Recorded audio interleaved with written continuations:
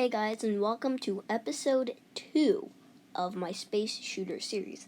In this episode, we'll make 2 new enemies with new behaviors. This first enemy that we are already in, but you'll have to duplicate the original enemy sprite, will move back and forth. So after you duplicate the enemy sprite, go to the When I Start as a Clone repeat script. You can change that to repeat 3, but you might need to accommodate for the size of this new enemy.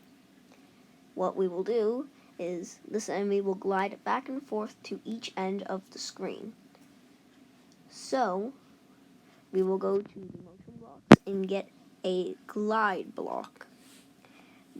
This enemy will glide 1 second to X position, and we'll take out the Y position for later, to X position, Y position, minus 55. So we'll put in the Y position, minus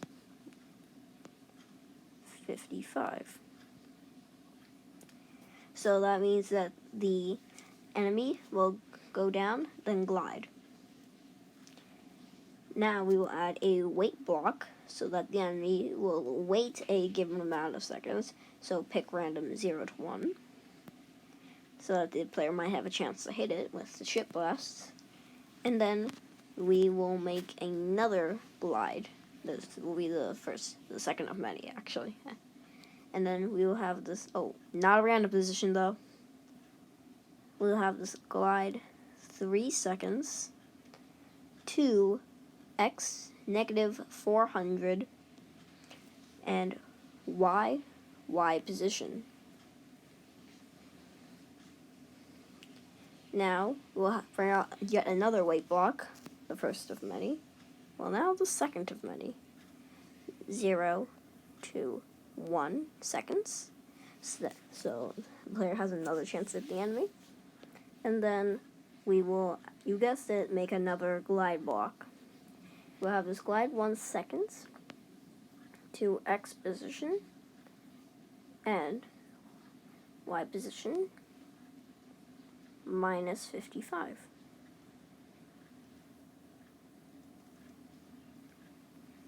So let's get the Y position block. Minus 55.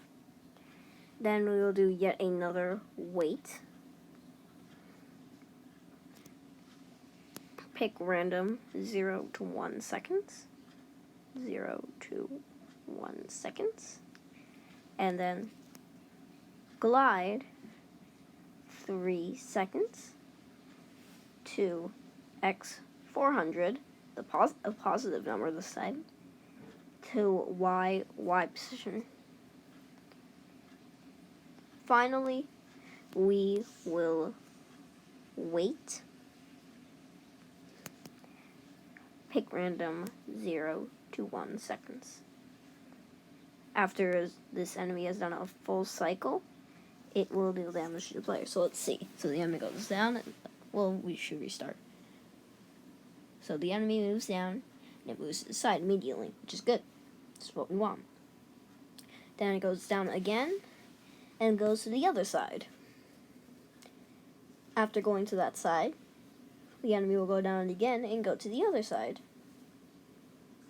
Then the enemy will go down once more, until it eventually will get to the bottom of the screen, where it finally deals that devastating damage to the player any moment now. And look at the top left, bam. You might have seen it, and yep, we lose a life. So it works. So now we will make a second sprite, name it enemy 3, or anything if you want. Then we will duplicate that original enemy sprite so that it has the original repeat. Make sure that the repeat loop is set to 360 in the enemy 3 sprite. So 360. And this sprite will have 2 costumes, a full costume and a broken costume, as the thing with this enemy is that when it gets hit, it will take 1 more hit to defeat it.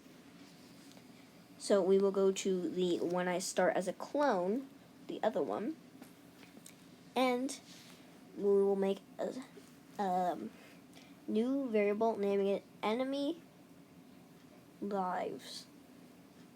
And for the sprite only. And OK. So we will set enemy lives to 2. After we do that, we will make it so that if we are touching blast, and touching blast equals 0, so we'll make a new variable, and we will name it, say, touching blast, another for the sprite only. OK. Touching ship blast, and we will make sure that if touching slip blast equals 0,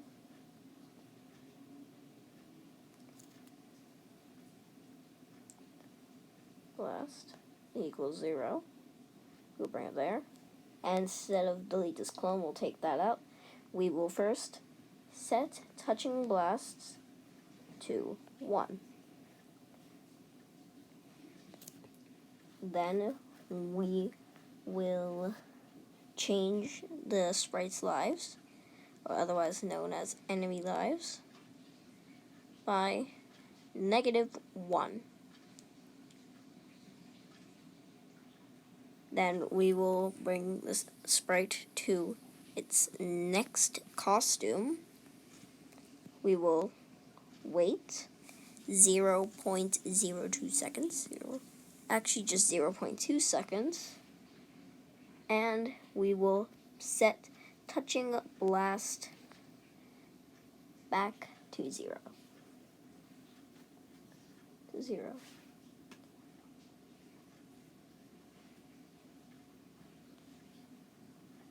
So now that has happened, you will see that when I start, we will make one more when I start as a clone, just for the sprite. When I start as a clone, bring out forever loop, if donut, because that's a little hint of what this might become, but if enemy lives equals 0, so if enemy lives equals 0, we will delete this clone. So let's go there, delete clone. So it's testing time. So disable the spawning for this enemy. You want to re-enable this later, but we will just leave on the spawning for this. So we will just drag this guy right there, and then we will broadcast. So we will just click this or press space, and then eventually when one gets into position, or you can move to its position.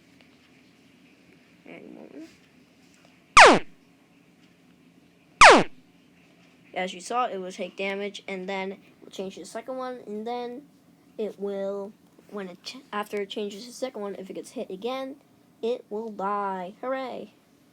So thank you for watching this tutorial. There might be another episode coming soon, and if you liked what you saw, be sure to like and subscribe. Bring the create clones back into all of the enemies, and thank you for